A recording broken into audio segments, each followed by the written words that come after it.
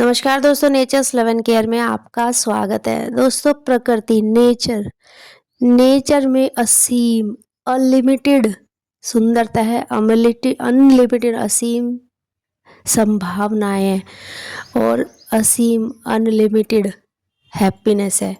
बस आपको देखना ये है कि आपको खुशी कैसे मिलती है प्रकृति से। आप पेट पाल लीजिए, आप अपना एक गार्डन बना लीजिए और डेली अपने रूटीन का कुछ हिस्सा, चाहे वो 10 मिनट है चाहे वो 5 मिनट है, उस गार्डन में ज़रूर जाए। आप जो खुशी महसूस करते हैं उसको हमेशा महसूस करते रहिए, क्योंकि आप जो चाहोगे, आप जैसा सोचोगे वैसा ही मिलेगा और वैसा ही आप बनोगे। इसीलिए कहते हैं life is in your thoughts. आपकी ज़िंदगी जो है आपके विचारों में है। दोस्तों, काफ़ी सारे ऐसे पौधे हैं। अब बात कर लेते हैं अपने गार्डन में उगे पौधों की केयर की।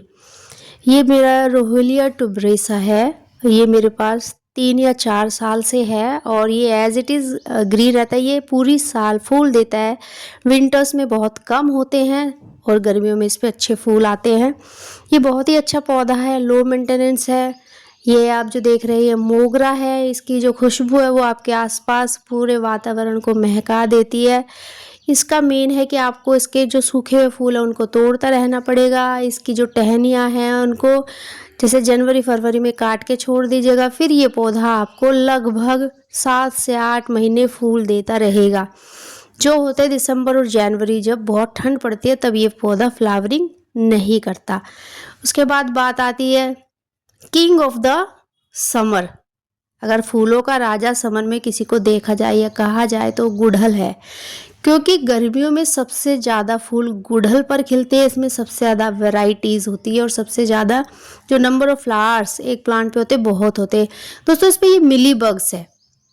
इसमें ये जो सफ़ेद रंग के जो कीड़े होते हैं रुई की तरह, ये हमेशा टहनी के पास और कलियों के आसपास, कलियों के ऊपर पूरा गुच्छा बना लेते हैं और कली को ख़राब कर देते हैं। आप अभी देखेंगे कि मेरी जो कलियां थी वो टूट गई दोनों। जैसे ही मैंने इसको साफ़ करना शुरू किया तो दोनों कलियां टूट गई।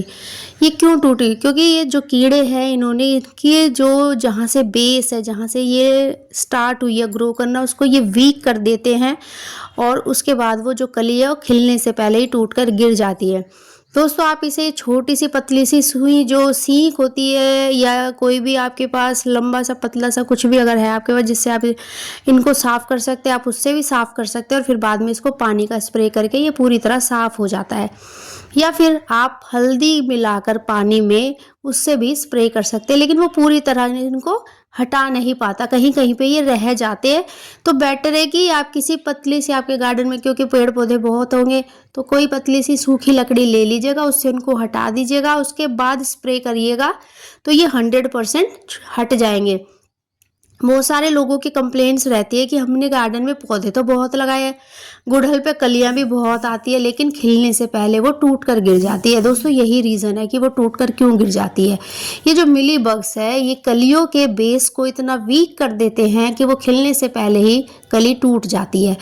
तो बेटर है कि आप जो 5-10 मिनट डेली आप देते, हर रोज़ किसी एक पौधे को सेलेक्ट कर लीजिएगा अपने गुड़हल के और उसकी हर टहनी हर कली पर ध्यान दीजिएगा।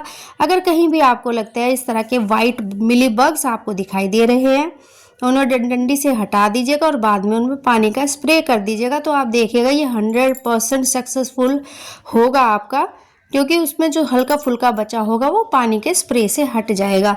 लेकिन आपके पौधे पर कलियां भी इतनी आती हैं लेकिन फूल नहीं खिलते, तो सोचिए केयर करने के बाद भी जब फूल नहीं खिलते और कलियां आ गई हैं तो कितना बुरा लगता है। ये देखिए दोस्तों, ये कली अप्रॉक्स मुझे लगता है आज खिल जानी चाहिए।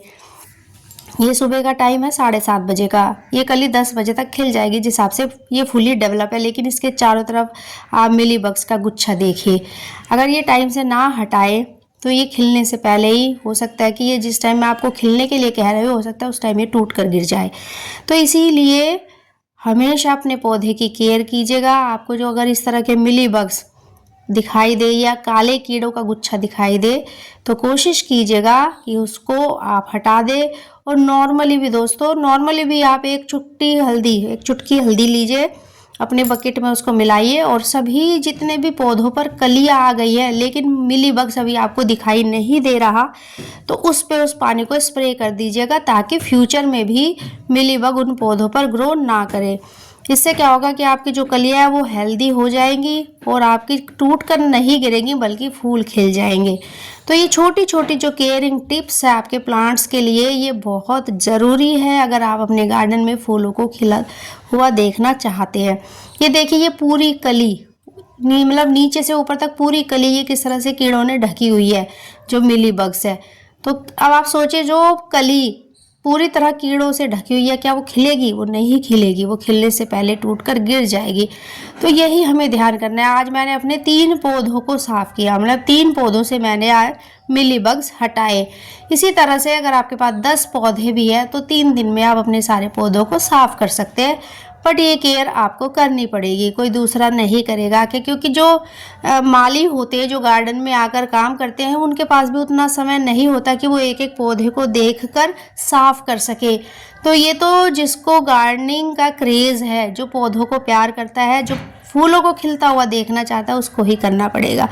दोस्तों, ये भी बहुत मुझे अच्छा लगा। ये मेरा टिकोमा है, मैंने जनवरी में वीडियो डाली थी, जनवरी या फैब में, आप देखिएगा मैंने इस पर एक भी पत्ता नहीं छोड़ा था, बिल्कुल इसको खाली कर दिया था। इसमें सिर्फ स्टेम रह गई थी विदाउट लीव्स, एक भी लीव्स इस पर नहीं थी। अब मेरे दोनों पौधे टिकोमा के, मेरे दोनों पौधे पत्तियों से तो भर ही गए हैं, साथ में कली और फूलों से भी भरने वाले हैं। कलियां तो इन पे खूब आ गई है, आप देख सकते हैं किस तरह से कलियां धीरे धीरे गुच्छे आ रहे हैं। और कितना सुंदर कलर है, बहुत ही सुंदर कलर है। इसका जो फूल खिलता है वो भी एकदम फ्रेश, बहुत सुंदर दिखने में होता है। तो इसी तरह से अगर आप अपने पौधे की कटिंग सही समय पर कर देते हैं तो जो रिजल्ट्स आते हैं वो आप सोच भी नहीं सकते। ये बात मैं हमेशा कहती हूँ, ये करके देखिए आप।